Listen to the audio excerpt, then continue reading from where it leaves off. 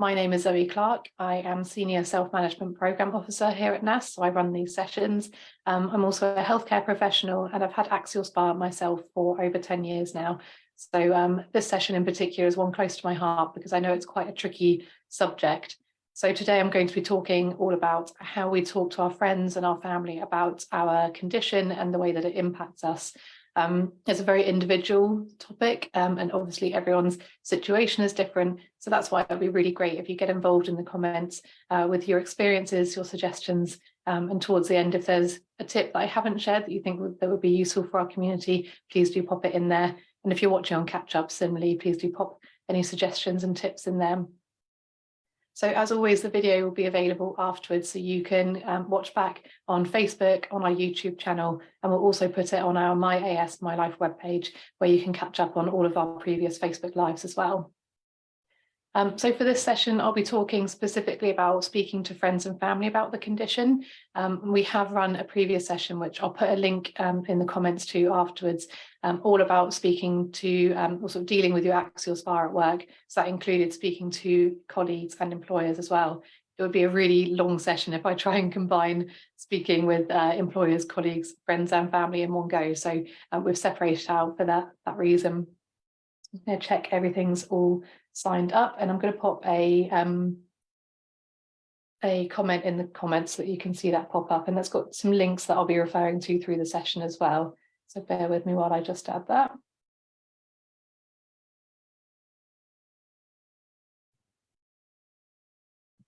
Perfect. Brilliant. So what I'll do is I'll get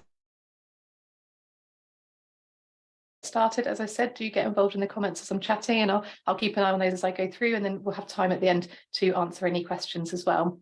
So firstly, I think it's really important to talk about how, we know it can be really difficult to talk to friends and family about your axial SpA and the impact it has on you.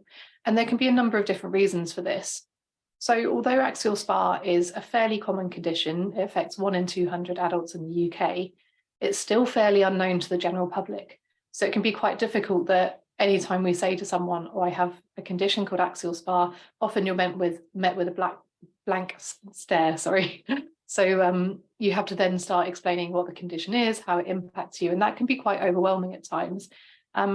Also, it is a fairly complex condition as well. It's not just back pain. Most people with axial SpA experience back pain, but we also experience symptoms all over our body that can be quite unpredictable in nature as well. And it's very different for different people as well. It affects us all differently. So there's no one set script that we could give for explaining how your axial SpA impacts you. It is very personal. And something that we hear a lot from our community is that the fact that a lot of the time, many of our symptoms are invisible. So unless you're using something visible like a mobility aid or a joint brace, a splint, something like that, most of the time our pain and fatigue can't be seen to someone, just looking at us or seeing us walk down the street. So that can be something that's really difficult to explain to people, that we may look fine, but actually we're maybe experiencing a lot of pain, a lot of fatigue, and a lot of other issues as well. And of course, our symptoms can vary day to day or even hour to hour for some people. So it can be really difficult for loved ones to kind of understand that on some days we might be able to do something, and then a couple of days later we can't do it. And it's quite hard to explain that, and very hard for them to understand unless they've experienced something similar. And then finally, the symptoms can be really hard for people to relate to.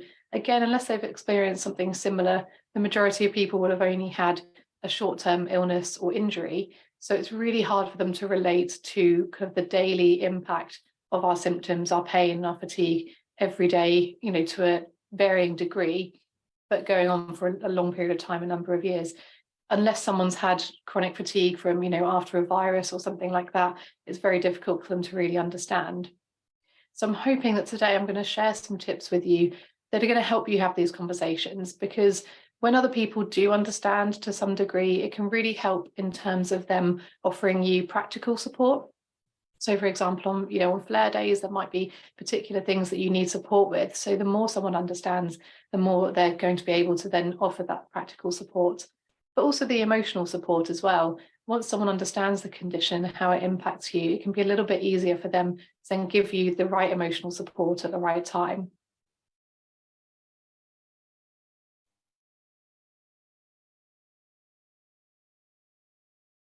practical tips I share will help with that, but it can really foster much closer relationships. And finally, I know a lot of people with axial SpA find it difficult when we have to change or cancel plans because of a flare-up or fatigue or a change in our symptoms. So the more other people understand the condition and the impact it's having on us, the easier it is for us to then have to change or cancel plans, because people understand it's something that we have to do sometimes, it's not necessarily a choice for us. And for anyone who's joining and is new to axial SpA, please do understand that it takes time to even get your head around the condition yourself. So don't feel pressured to speak to other people about the condition until you're ready. And you only have to tell people the amount that you want to in your own time as well. Although this is all about how we speak to others, there's absolutely no pressure to have that conversation with anyone. It's entirely your choice. And before I get into the practical tips, just a final area I want to explore is that sadly not everyone is going to understand our condition and the impact that it has on our life. It's really difficult, but I know through my life I've grown distant from some friends because they just haven't been able to understand why I'm not able to do things that I used to be able to do. And that is really tough, but actually, on the other hand, it's brought me a lot closer to other people who do understand and who do take that time to try and learn and understand that impact. And I've formed much stronger bonds with people where previously I may not have. And through the online community of people with axial SpA and other long-term conditions, I've met so many amazing people that I may not have even come into contact with before. So having that online community has been really helpful. So although I found that I have grown distant from some people in my life, I've got this whole new community and friendship group as well, which is really, really rewarding. And I mentioned earlier about people newly diagnosed. You don't have to have any of these conversations unless you're ready to. And that also goes with people who are perhaps well-meaning, perhaps strangers who are asking about why we're using a joint splint or mobility aid. It's the same. You don't owe anyone your medical history. You don't have to have that conversation with someone if you don't want to. And it can even sometimes be the other way around, where we mention our condition and someone really well-meaningly says, oh, you don't look, you look so well. You don't look like you have any conditions at all. And it's really well-meaning, but it can sometimes be quite invalidating for us. So sometimes you may well be in that sort of mood and frame of mind where you want to then tell them more about the condition and the fact that you can look well, but still be struggling with a lot of symptoms. But similarly, if you don't want to have that conversation that day, you don't want to be kind of educating and raising awareness, again, that's absolutely fine. It's entirely up to you, depending on how you're feeling on the day and that situation. So I think that's really important to cover before we go into the practical tips, because I don't want anyone to feel like you're ever pressured into disclose. But when you are wanting to have that conversation with someone, there are a few different ways that you can approach it. So sometimes a nice starting point is just kind of a soft touch approach. So you might want to just give someone some information that they can go and read or watch a video in their own time. So as I mentioned at the beginning, I've linked to a few of these in the comments, and you'll be able to go back and have a look at those afterwards. But the first one is our short video, which is Axial SpA, Not Just Back Pain. That's a really good video to give someone, because it's just a couple of minutes long and it explains, as the title suggests, it's not just back pain. So it goes into all the other symptoms that we can experience and those problems in other areas of the body that some people with axial SpA experience. So that's a really nice starting point, because you can just, send a link to them, let them watch it in their own time. Then they may well come back with questions or wanting to speak a little bit more. On the next link that I shared was our NASS guide to living well with axial SpA. And there are some pages at the back specifically about talking to other people about your condition. So that's a really good place to go. But also just giving them the booklet itself is really good. So it's a bit of a step up on that video. It goes into a little bit more detail about the condition. But again, it's something that they can read, they can digest in their own time, and they can come back to you with questions if they have them. And then the third link I've shared is the spoon theory. So some people watching may well be familiar with the spoon theory, but in case you're not, it's a theory that a lady came up with to explain her chronic fatigue to her friend.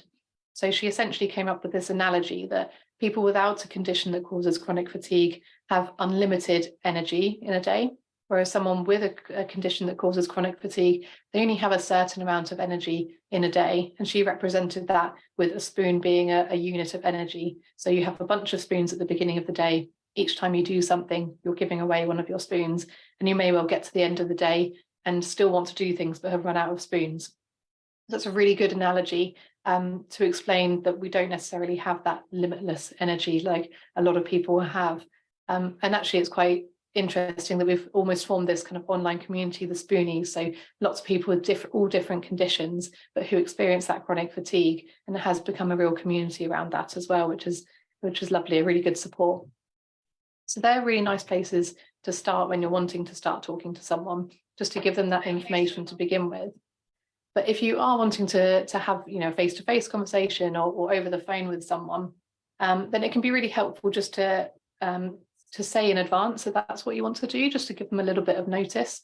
It helps you both then prepare if you've got any particular questions that you want to ask. And do as much as possible. Do try and pick a day when you're feeling relatively well. Sometimes the last thing you want when you're in a flare is to then be talking about your condition and thinking about it. Normally, we'd prefer to distract ourselves from it. Day when you're feeling relatively well. And then even prepare beforehand. So you might just want to jot down a few bullet points, some key things that you want to mention to them. So that could include things like your symptoms and exactly sort of where you experience them, how severe they are, and how they can move around. It's really important to mention how your symptoms can fluctuate and can be unpredictable as well. So as I mentioned at the beginning, that's usually the most difficult part of the conversation, the most difficult thing for people without axial SpA to understand. It can be helpful to explain if you have any triggers, because that can then link into the practical support that someone can give. So if you have any specific triggers, it might be that on flare days, they're able to then do those tasks for you, so then it's less likely to trigger a full-on flare. And conversely, what helps you as well. So again, when they can give that practical support, it might be that there are specific things that you find helpful, and they can either help you in doing those, or they can just remind you and prompt you that you've got those available. And something that can be really helpful in that initial conversation is to kind of lay out almost not quite the ground rules, but explaining that you're not expecting them to have all the answers on a bad day. And actually them just being there for you can make a huge difference. So a lot of the time people want to support us and they want to help and sometimes want to fix things for us. But actually sometimes all you want is just someone there with you, perhaps, you know, on a bad day saying, right, let's stick a funny film on, or let's listen to some music, or let's just distract you from it. So it's really helpful just to kind of help them understand that you're not expecting them to be able to solve everything, because obviously that's impossible, but just having that support can be really beneficial. And then going forward, it can be helpful to then at a later time have a conversation about how you most want to communicate about your condition. So do you want to be telling someone that you're having a bad day when you're having a bad day? Or would you rather just be left on your own and sort of retreat to yourself? Different people approach it in different ways. And I know lots of people have said to me that they find it difficult saying how they're feeling each day because they don't want to keep talking about it to someone. They don't necessarily want to keep bringing it up. But actually, we've got some tools that can be really helpful. So NASS have some silicone wristbands, which are in red, orange and green. So you can wear the red band on your wrist for a bad day, the orange for an okay day, and then the green for a good day. And it's just a really simple way for the people around you to know sort of how you're feeling that day without having to ask you all the time, or you having to mention it all the time. You can do a similar system if you didn't want to wear something. You could have something, say, on the fridge with red, orange, green, and then you put a magnet next to whichever one you're feeling that day. Again, it's just giving them that heads up beforehand without having to talk about it each day. And it was really nice. Recently, I spoke to someone who said that actually it's really helped with his relationship. His son will notice, oh, if it's a red day, I won't ask Dad to kick a football around with me. I'll perhaps ask him to do some colouring in with me. And, you know, he adjusts kind of what he's asking of his dad based on how he knows his dad's feeling. So his dad doesn't have to say, oh, no, I can't do that today. He's able to adjust kind of how they spend that time together, you know, in advance, you know, without having to say no or anything. So that was a really nice sort of feedback from that system. So it's worth giving that a go. And in terms of sort of how you want to communicate as well, sometimes teaching people the terms that we pick up over time can be really helpful. So for example, with a flare or flare up, often at the beginning of our condition, we don't really understand what flares are. Essentially, they're a time when our symptoms are more severe or they're more present than usual. So quite often at the beginning of your condition, you may find that you've got quite stable symptoms. They don't really ease up very much, but it should be over time as you're managing the condition better. You'll get periods where the symptoms are a little bit easier, and then you might find you'll get a flare up of those symptoms. So explaining to someone what a flare is, how it affects you, and what sort of things you can do around flares can be really helpful, because then if you are having a flare, if someone understands that term, rather than having to go into lots of detail saying, oh, my back's really painful today, or my knee's swollen, I can't do too much, you can just say, oh, I'm flaring, can we adjust our plans a little bit? Can we do something a bit more restful? And you're not having to go into so much detail as well. Similarly, with the spoon theory that I mentioned earlier, having that terminology, being able to say to someone, rather than having to say, oh, I'm exhausted, and they may just say, oh, have a rest, and we'll do something later. If you can say, I'm low on spoons today, they'll understand, oh, okay, it's not that you just need a 5-minute rest. You're low on spoons, let's change our plans, let's do something more restful and work around it, or reschedule if needed.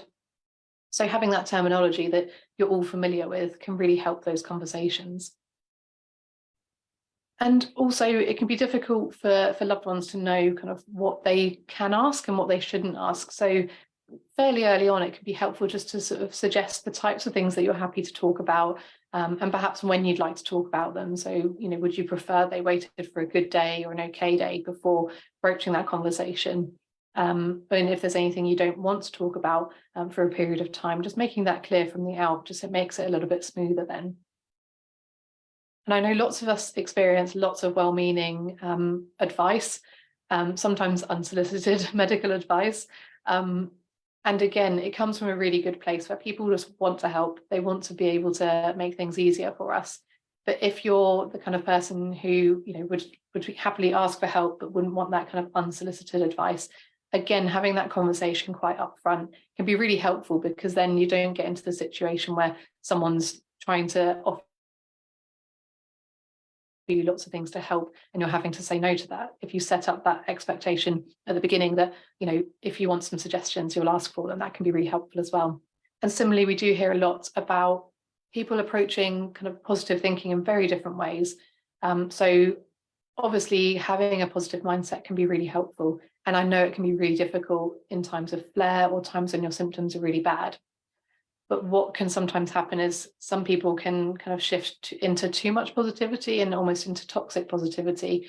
For some people, sayings like, no pain, no gain, what doesn't kill you makes you stronger, things like that, they're not motivating for them. Some people do identify with them and they're helpful, but depending on where you are on that spectrum, it's really good to communicate that with someone as well. If you don't want to talk about your emotional well-being for a period of time, you just want them to be there and support you and be present. Just laying out those ground rules could be really helpful, and to stop those kind of awkward conversations in the future then really as well. I'm aware I'm speaking a lot, so I can see a lot of comments coming in. So what I'll do is I'll go through them towards the end. Thank you everyone for getting involved. I'll go on to sort of a bit more about the practical things that people can do to help and how to kind of navigate those conversations. So there's obviously lots of practical support that people can give. So when you're talking about that, it can be really helpful to break it down into the support they can give on a good day, on an okay day, and on a bad day. So it might be that on a bad day, you need help with food shopping or preparing food. So those basic things like that can really take their toll on a bad day. Whereas on an okay day, it might be that you have specific tasks that usually trigger a flare that you actually need help with. So it might be that, gardening triggers a flare for you. So having someone come around, spend time together, do a bit of gardening together, so that on that okay day, it's not going to then tip you into a flare. That could be a really good idea to start with. Then finally, on a good day, I know personally, I find it really difficult if I do get a period of time when my symptoms are really good. I find it so easy to forget to take my medication, which I only have to take it once a month. So if I'm doing well, it quite easily slips my mind. So it might be that something like that on a good day you want someone just to give you that nudge? You know, are they able to keep track of when your next medication is, things like that? Or is it that they give you a nudge to get outdoors a little bit more, or join you for something, some kind of activity on those good days as well? So discussing the practical support broken down into those different days can be really helpful, because it gives them a bit of direction then, rather than sort of not really knowing where to start and what to offer. And discussing these things in advance can be really helpful. You know, some people want those practical nudges, and some people would just prefer to have quiet time, be left to it. So setting out those expectations early on can be really helpful.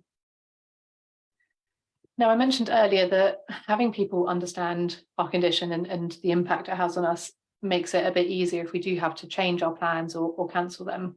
I think it's important to remember that you may still experience feelings of guilt, of sadness, or frustration or anger even, when you do have to change plans because of your condition. And that is completely normal. It's something that I think a lot of us experience. So it's really important on those days to just be kind to yourself and practice that self-compassion. And just remember that your well-being is important. So saying no to something, changing plans, cancelling them because of your well-being and to look after yourself is important. So saying no really is good self-care. And a way to help with this, because you know it's natural to experience these emotions, but it might be helpful to have some kind of restful activities that help to distract you and take your mind off. Have those written down so that on those days when you do have to change or cancel plans, you can shift to doing something else where you're still looking after your well-being, but you've got that mental distraction as well, which can be really helpful for mental health and emotional well-being. And I know for a lot of us that when we're flaring, it can be really tempting to just kind of retreat into ourselves and not have that contact with people. But it can be really helpful just to have one or two people that are close to you that you can trust and you can go to on those days. And it may be that you don't want to talk about what's going on, but being able to go to them and say, look, can we just do something to take my mind off things? You know, let's have a chat again, you know, put music on, things like that. That can be so valuable, where you've got those trusted people that you're able to go to when you need to as well. So it can be really helpful that even if you're not talking about what's going on, you can still lift your mood in other ways. And just remember that, of course, our conditions are a really big part of us and a really big part of our lives, but they're not all of us. And actually, sometimes fostering relationships with people where you don't talk about your condition much can still be really valuable. So perhaps having friends that you go and do specific hobbies with, so you're building those relationships around something else, can be really helpful. And it may be that you don't need to explain your condition to them that much. And again, it's another way of kind of taking your mind off things as well. Then finally, I thought I'd end on a nice positive. And it really is remembering that the Axial SpA community is amazing and so supportive. So in whatever way you feel comfortable, it's really helpful to connect with other people with the condition. So it might be that you want to join some Facebook groups where you're able to kind of read other people's experiences and share if you're comfortable too. If you're a NASS member, then our members forum is a really lovely place where people give, you know, practical support, lots of advice, sharing their experiences, and it's just a really nice welcoming community as well. And then finally, I'm very excited that on the 30th of March, we're announcing a whole new programme that NASS have produced. And part of that is that we're going to be creating a really supportive community and helping people with Axial SpA meet other people and talk to them and get that support through the community as well. So if you'd like to hear more about that, I'll be giving a sneak peek of the programme in our Facebook Live on the 29th of March at 1 p.m. So do tune in for that or catch up on that afterwards on Facebook. I'm really excited to be able to share that with you finally. It's been a long time coming. So that was my whistle-stop tour on speaking to friends and family about your condition. So I'm going to jump into the comments now and see what everyone's been sharing, and let me know if there's anything I've missed. If you've got any tips or suggestions you'd like to share, that would be great. So I'll just dive into the comments. Let's see, I think it'll be easier on my phone because there are so many. Hi to Fabine, who's joined us from Brazil. Wow, we've gone international today. That's fantastic. I'm glad our guides have been really helpful. And if you haven't seen already, when you visit our website in the top right of the page, we've got the Google Translate option. So all of our pages are translatable into all different languages. So do visit there as well. Yeah, and Kate shared, this is great, as it's so hard to explain and can often feel like they don't get it, or they just think you should be able to get on with it. So yeah, that's something we hear a lot as well. I think when people don't have that understanding of the condition, it's really easy to just say, oh, just push through it, push through that pain. But we know that that's not necessarily possible at times. So yeah, the more people can understand, the better. Oh, brilliant. I'm glad Anna's enjoyed the session. Thank you for joining.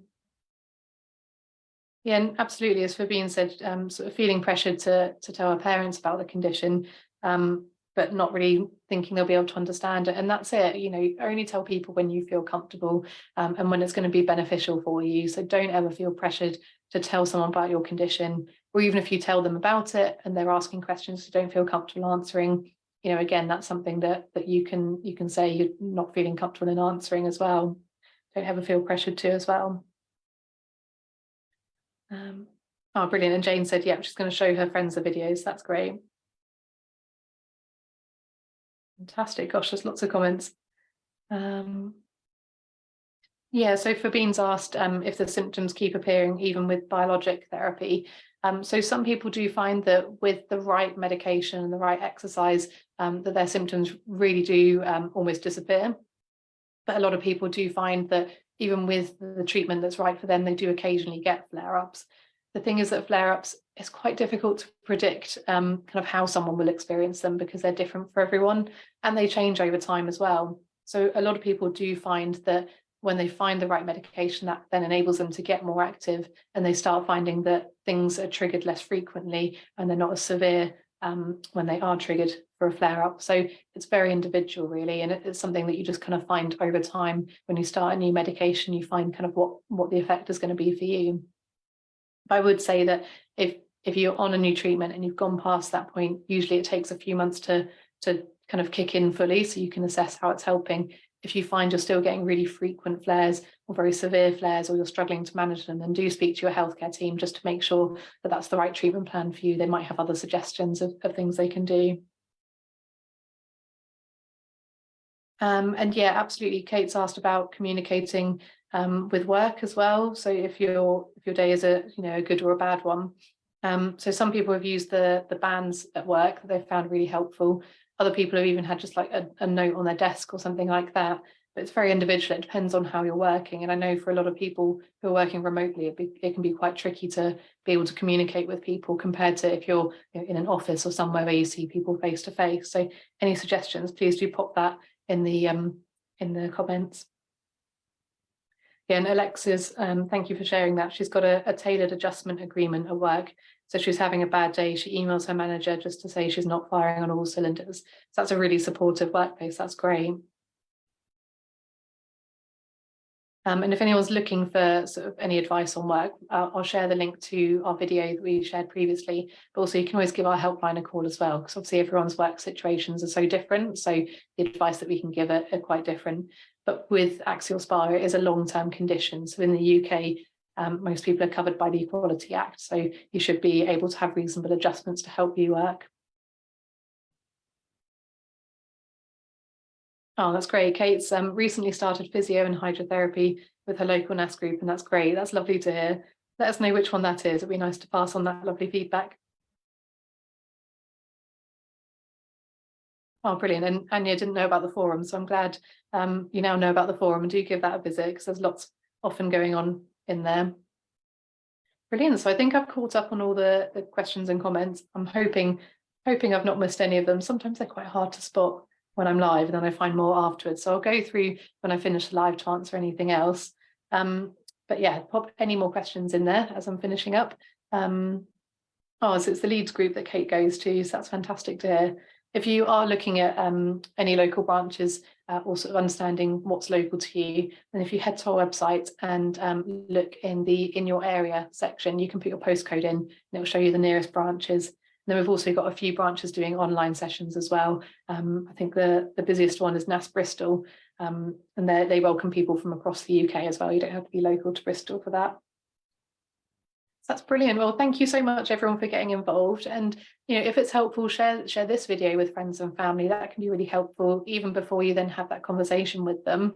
And I'll share the work video that I described in the description too. And I've also got an Axial SpA in a nutshell video, so I'll pop that in the comments as well, because that can be a good one to send to friends, family, even employers as well. So wonderful. It's been really good to see everyone today. And our next Facebook Live, as I've already mentioned, is going to be on the Wednesday, the 29th of March at 1 p.m. And that's when I'll be giving you that sneak preview into our new programme, which I'm really excited about. So hopefully see you all there, and see you all in a few of our online meetups that will be launching the beginning of April as well. So take care, everyone. And yeah, see you then.